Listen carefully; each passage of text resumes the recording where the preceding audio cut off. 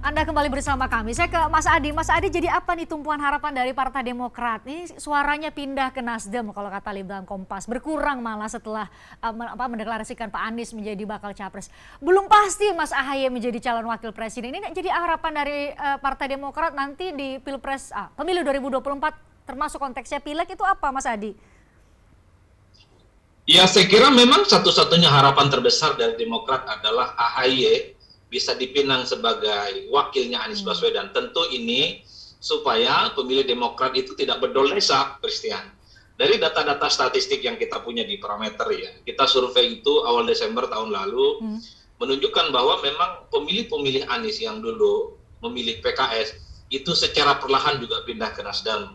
Pemilih-pemilih Demokrat karena sering dipasang-pasangkan dengan AHY secara perlahan juga migrasi dan pindah kepada Anies Baswedan dan juga memilih partai Nasdem.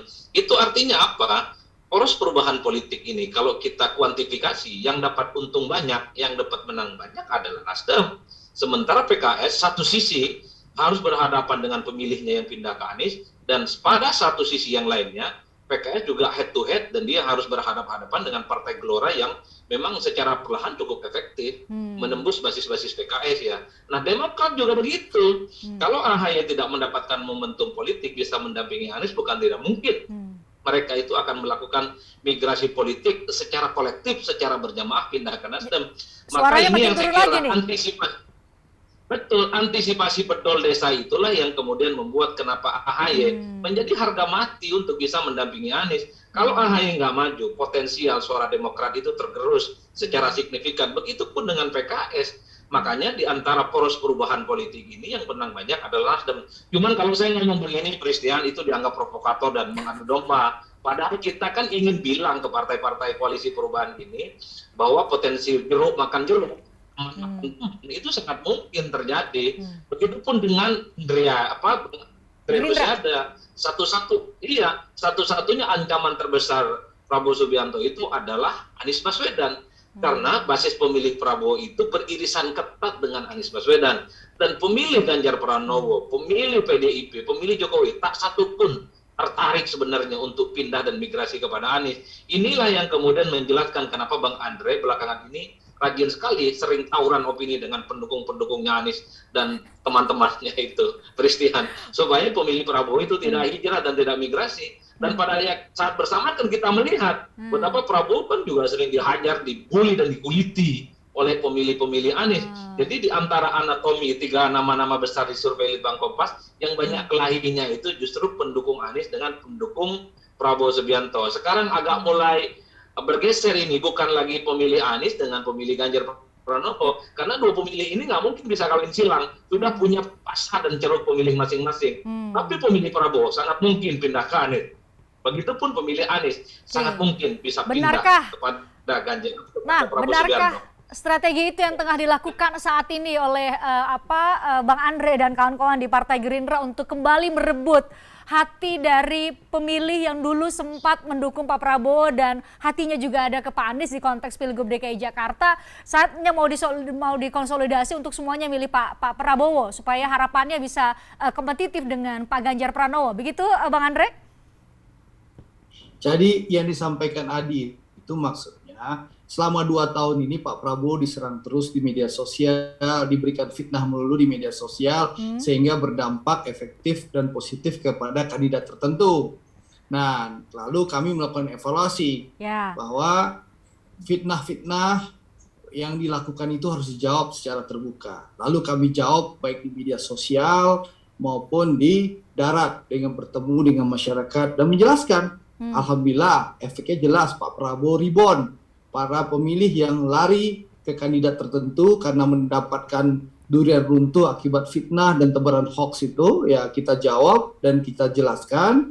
Alhamdulillah pemilih itu kembali memilih Pak Prabowo. Itu satu. Jadi kita akan hadapi fitnah-fitnah, tebaran hoax kepada Pak Prabowo, kita hadapi. Mau di darat, di laut, udara, di medsos kita hadapi. Itu satu. Yang Sudah kedua, siap ya? Sudah siap ini ya pasukannya?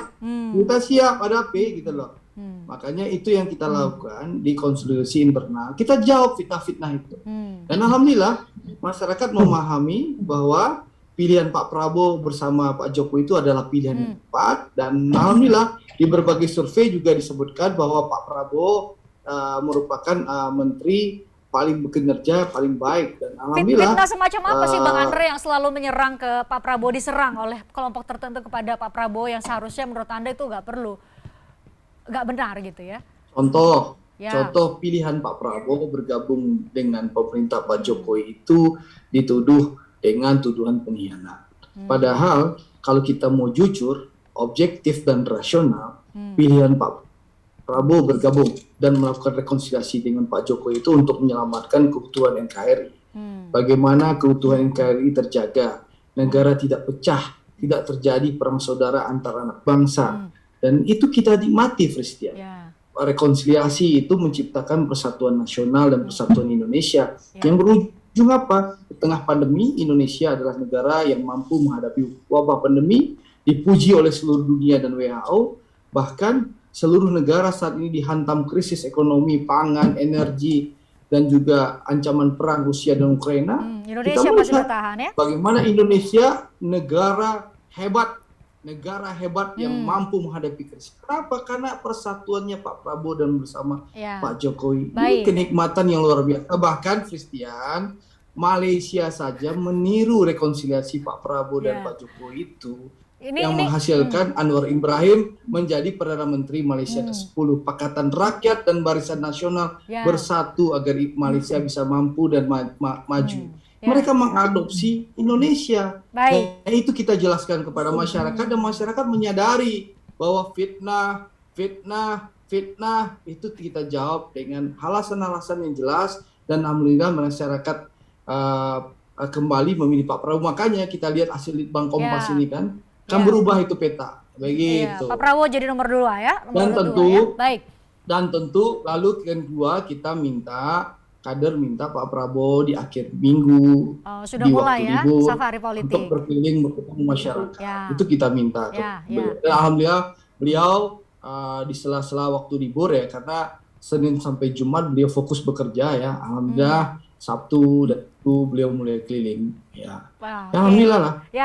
Sudah mulai kelihatan hasilnya, sudah. Nomor 2. Berbeda dengan kandidat yang lain tiap hari keliling-keliling terus gitu, dada terus, tapi alhamdulillah survei Pak Prabowo masih tinggi gitu. Kandidat yang lain misalnya siapa itu? Misalnya kalau Pak Anies nggak ngajak Demokrat sih tapi ya. Saya nggak mau komentari partai lain lah. Oh, nggak mau mengomentari partai lain. Baik, jadi mau mengomentari Partai Gerindra saja. Kalau dikomentari Mas Anies, saya satu doang. Sampai saat ini Mas Anies belum pamit ke Pak Prabowo yang membesarkan, yang mendukung dan memodali beliau jadi gubernur DKI. Itu berarti unfinished business bagi Gerindra ya? Nah, kalau Pak Prabowo sih bilang sama kami udah jangan diungkit-ungkit lagi kebaikan kita. Tapi Andre ungkit di depan pemirsa. Ya itu kan Pak Prabowo memang beliau negarawan, patriot. Kalau kita ya ngenes juga gitu loh di bawah. Gitu. Itu bedanya Pak Prabowo. Pak Prabowo yang negarawan beliau. Oke, jadi bagi Andre Rosiadi masih jadi unfinished business nih. Oke, saya harus jeda. Usai jeda saya mau bahas ini Bang, Mas Adi bilang gini kan, Pak Anies itu belum secara tegas menunjukkan kepada publik apa sih bedanya ketika dia bawa narasi perubahan, tapi belum kelihatan. Tapi kan sebenarnya kalau secara logika yang paling mungkin bersama-sama dengan Pak Anies untuk menarasikan perubahan itu kan sebenarnya adalah Partai Demokrat ya, karena konsisten berada di luar dari pemerintahan selama ini. Tapi kok nggak dapat insentif elektoral? Saat lagi kami bahas di obrolan malam. Tertarik dengan diskusi saya dengan para narasumber? Saksikan obrolan malam dengan topik-topik menarik lainnya. Jangan lupa subscribe ya channel YouTube Berita 1. Like, komen, dan share video ini ya. Terima kasih.